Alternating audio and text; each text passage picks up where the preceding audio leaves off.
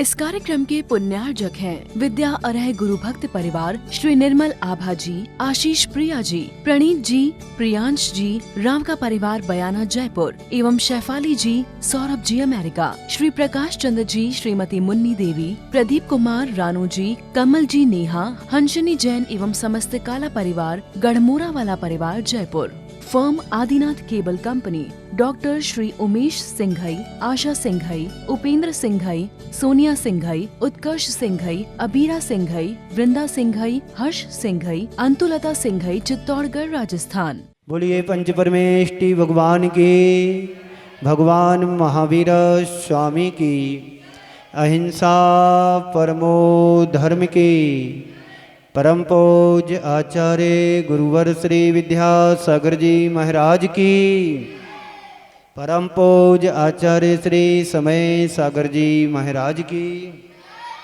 परम पूज्य सुंदर सागर जी महाराज की। हमारा जीवन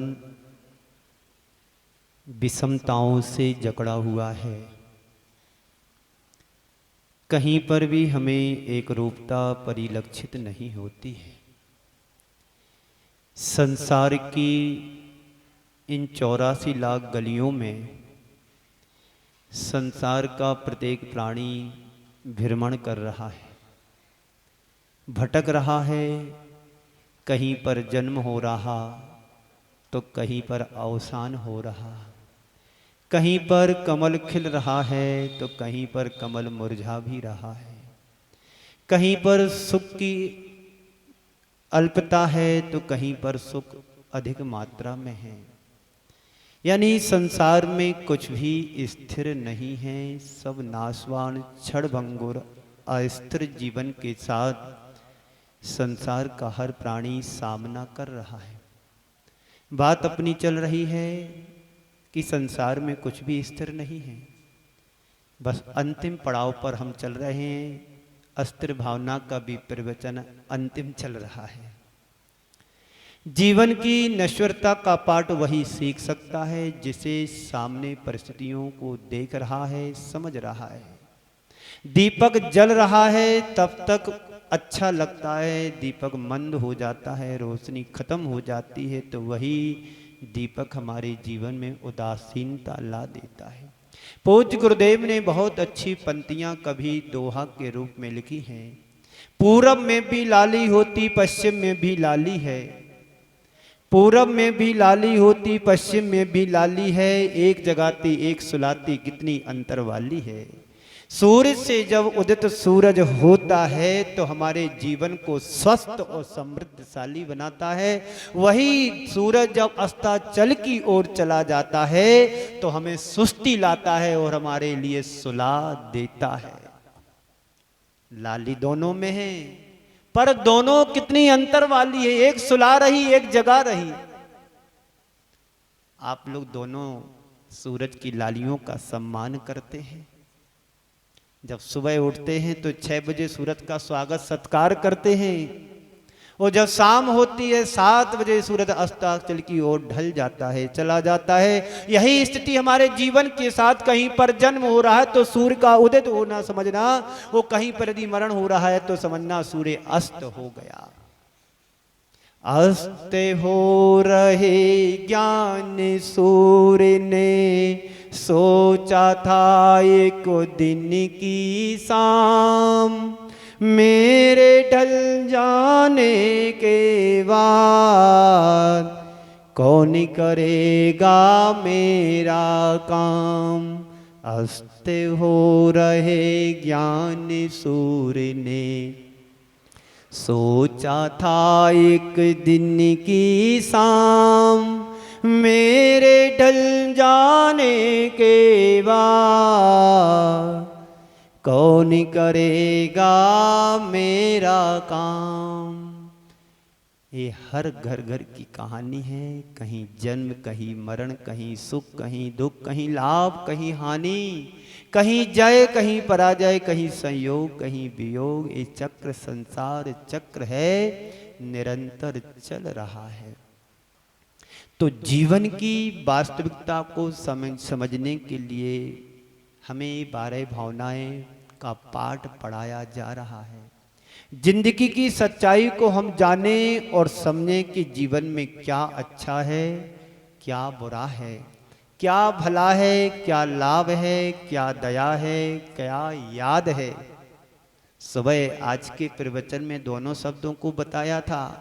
आप किसी पर दया करोगे तो उसकी याद आएगी, किसी का भला करने जाओगे तो खुद लाभ मिलेगा। सुदामा गए अपने बचपन के मित्र के पास, याद किया था, कृष्ण जी ने दया कर दी। कुछ दाने घर से लेकर के चले थे कि अपने भाई को खिलाएंगे भला करने के लिए। सुदामा को लाभ हो गया। हुआ कि नहीं हुआ? आप लोग भी लाभ के लिए तो करते हैं। आज सुबह आप लोगों ने लाडू चढ़ाया, शांतिनाथ भगवान के चरणों में अपना मनोभाव से भर करके लाडू को अर्पित समर्पित किया। क्या भगवान खाते हैं? तुम्हारे समर्पण से माली का भला तो हुआ, तुम्हारा भला हुआ हो या ना हुआ हो। क्यों? तुमने भले की सोची तो लाभ तुम्हें मिलेगा, आज नहीं तो कल मिलेगा। कहते हैं अच्छा करोगे तो अच्छा मिलेगा और बुरा करो तो बुरा मिलेगा, आज नहीं तो कल जरूर मिलेगा। जीवन को सही मार्ग पर ले जाएं तो हमारा जीवन धन्य होगा। अपने अंदर सारी आसक्ति खत्म होगी, अभिमान नष्ट होगा, अकुलता अवसाद सब दूर होंगे। एक नगर में राजोद्यान में संत का आगमन हुआ। नगर में राजोद्यान होते हैं, बगीचे गार्डन होते हैं।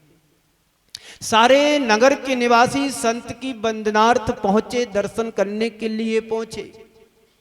राजा को भी समाचार मिला। राजा भी संत की वंदना करने के लिए अपने दल बल के साथ पहुंचा। जैसे ही राजा ने संत के दर्शन किए, राजा की आंखें आश्चर्य से फटी की फटी रह गई। ये क्या मैं अद्भुत नजारा देख रहा हूं। ओम, मैं क्या नजारा देख रहा हूं।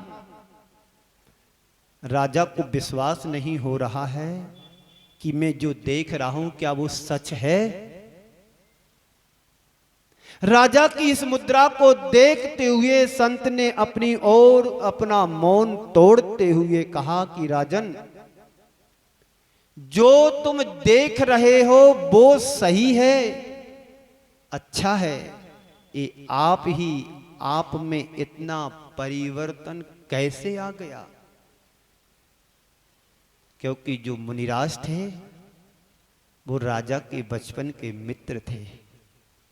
दरअसल में जो संत थे वो राजा के बचपन के मित्र थे। राजा ने संत से पूछा कि तुम में इतना जबरदस्त परिवर्तन कैसे आया। संत ने कहा, मैं अपने परिवर्तन के राज को तो मैं बाद में बतलाऊंगा, पर अभी मुझे जो तुम्हारा अंदर का जो मुझे दिख रहा है उसे सुनने की कोशिश करो। वह तुम्हें चिंता का विषय है। बोले ऐसी क्या बात है भगवान? संत ने कहा कि देखो, आज सोमवार है और सोमवार से लेकर के रविवार तक तुम्हारी आयु पूरी हो जाएगी, तुम्हें मरना होगा। राजन, जाओ, तुम्हें जो कुछ करना है सो करें, लेकिन सोमवार से रविवार आने के पहले एक बार आप मेरे से जरूर मिल लेना। मरने के पहले मैं अपने जीवन का राज तुम्हें बतलाऊंगा कि मेरे अंदर इतना परिवर्तन कैसे आया है।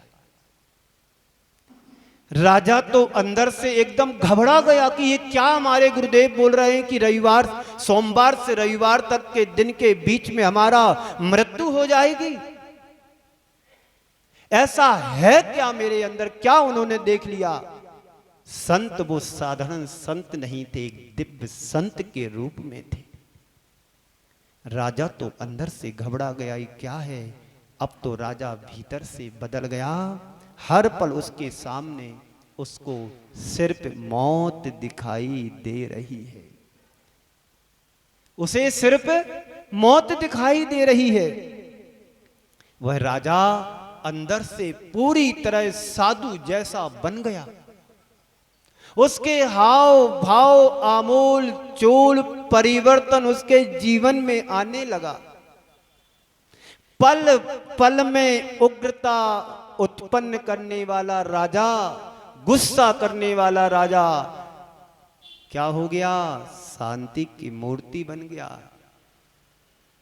एक का नाम था शांति प्रसाद, छोटी छोटी बातों में उग्रता उत्पन्न करता था, तो उनका नाम रख दिया ज्वाला प्रसाद। शांति प्रसाद नाम था और उनके व्यवहार कुशलता को देख करके उनका नाम ज्वाला प्रसाद जी रख दिया। ऐसे ही उस राजा के अंदर जो परिवर्तन आया तो शांति की मूर्ति बन गया। उदारता के साथ लोकप्रिय कार्य करना प्रारंभ कर दिया और रविवार के दिन राजा संत के चरणों में अपनी भावना लेकर के पहुंचा, गुरुदेव मेरी शंका का समाधान कीजिए। बोले समाधान तो तुम्हें दूंगा, पहले ये बताओ कि इन 7 दिनों में तुम्हारे जीवन में तुम्हें कैसा फील हुआ, कैसा महसूस हुआ। आपसे कोई संत आकर के कह दे तुम्हारे भविष्य के बारे में, तुम्हारा हाथ दिखाओ, बस तुम्हारे हाथ में तो ये दिख रहा है कि 7 दिन में तुम्हारी मृत्यु तय है, और जो भी मरेगा इन 7 दिनों में ही पूरा जीवन काल में मरेगा। सोमवार से लेकर के रविवार या रविवार से लेकर के अगले रविवार तक आने के पहले इन 7 दिनों में हर व्यक्ति की मृत्यु तय है, पर कब है ये अनिश्चित है। राजा बोला, गुरुदेव आपने तो मुझे रास्ता दिखा दिया, आपने तो गुरुदेव मुझे रास्ता दिखा दिया, बता दिया, मैं तो एकदम बदल गया, मैं पूरा धर्म से जुड़ा रहा, मैं शांति और समता से जिया, प्रसन्नता के साथ दिया। संत ने मुस्कुराते हुए कहा कि राजन यही मेरे जीवन का राज है। तुम्हें दिखती मेरी संपदा, तुम्हें दिखते मेरे भोग, तुम्हें दिखते मेरे हमारे वैभव, पर मुझे इन 7 दिनों में मुझे सिर्फ मृत्यु ही दिखाई दी और कुछ नहीं। इसलिए मैंने सोचा कि मृत्यु जब आने ही वाली है तो इन 7 दिनों में पूर्ण रूप से धर्म ध्यान क्यों ना करूं। सो गुरुदेव में धर्म से बराबर जुड़ा रहा। संत कहते हैं यही हमारे जीवन का राज है। मैं भी जब तुम्हारे जैसा था तो मैं भी भोगों में रत था, लेकिन जब मुझे राह मिली, मार्ग मिला, तो मैं भी धर्म से पूर्ण रूप से जुड़ गया और आज मैं संत के रूप में आपके समक्ष हूं। मैंने तुम्हें बताया कि तुम्हारी आयु 7 दिन की है, तो तुमने अल्प आयु को समझ करके अपने जीवन को बदल लिया।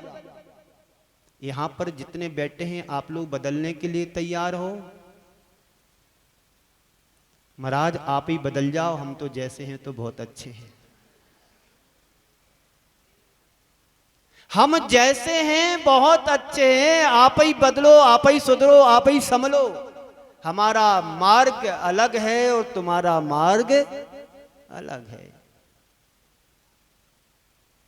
मैं भी हर पल यही समझता था, संत कह रहे हैं, क्या पता अगले पल में जिंदा रहूं या ना रहूं, इसलिए हम हर पल को सार्थक बनाने का प्रयास करता हूं और मैं अपने एक एक पल को सार्थक करता रहता हूं। हमारी तुम्हारी आयु होगी तो यह सोमवार से रविवार के बीच में ही होगी, दूर नहीं जाना है। मरघट भी बाजू में होगा। हम एक गांव में थे, रोज कोई ना कोई आता था वहां पर, रोज कोई ना कोई अंतिम संस्कार के लिए आता था। रोज मैं देखता था कि देखो आज ये आया, कल ये आया, परसों ये आया। जन्म मरण के चक्कर में संसार का प्रत्येक प्राणी पिस रहा है। कबीरदास जी की मां गेहूं पीस रही थी। कबीरदास जी की मां गेहूं पीस रही थी। बालक कबीरदास देख रहा है कि मां दो पाटों के बीच में दाने डाल रही है। उसका चिंतन बढ़ गया कि मां तू क्या कर रही है। मां कहती है सुनो बेटा, ये दो पाट हैं, इन पाट से गेहूं पिस रहा है और गेहूं पिस करके आटे के रूप में बाहर निकल रहा है।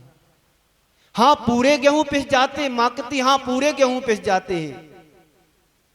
तो चिंतन चला किसका? कबीर का, कि संसार भी दो पाटों की तरह है। जो भी इस संसार में दो पाटों के बीच में आएगा वो पिसेगा। हर प्राणी पिस रहा है। मां कहती बचते भी हैं कुछ दाने। कैसे बचते? देखो एक डंडा दिख रहा है ना, एक कील जो दिख रही दो पाटों के बीच, इसके सहारे जो दाने बच जाते हैं वो संसार चक्र से बच जाते हैं। तो चिंतन आगे और चला कि एक डंडा जो दिख रहा है, डंडा कोई और नहीं परमात्मा का, धर्म का डंडा है। जो धर्म के सहारे लग जाते वो संसार से पार हो जाते हैं। और जो मध्य लोक में अधोलोक और ऊर्ध्वलोक के जो पाटों के बीच पिस रहे हैं वो संसार में रुल रहे हैं। तो ये डंडा क्या है? धर्म का है।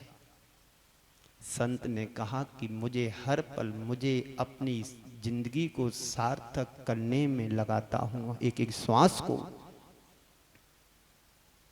बंधुओं, सबकी यही स्थिति है कि संसार के इन चक्र में फंसा हुआ है और पिस रहा है। और हम अपने आप को बड़ा अच्छा समझते हैं, अप टू डेट। पता है आउट ऑफ डेट कब हो जाओगे? क्यों बेनीचंद जी? अप टू डेट बनकर के आते हैं, आउट ऑफ डेट उस सेठ जी की जैसी कहानी हो जाती है। करोड़ों के मालिक भी कोरोना की चपेट में आकर के कुर्सी पे बैठे बैठे लुढ़क गए।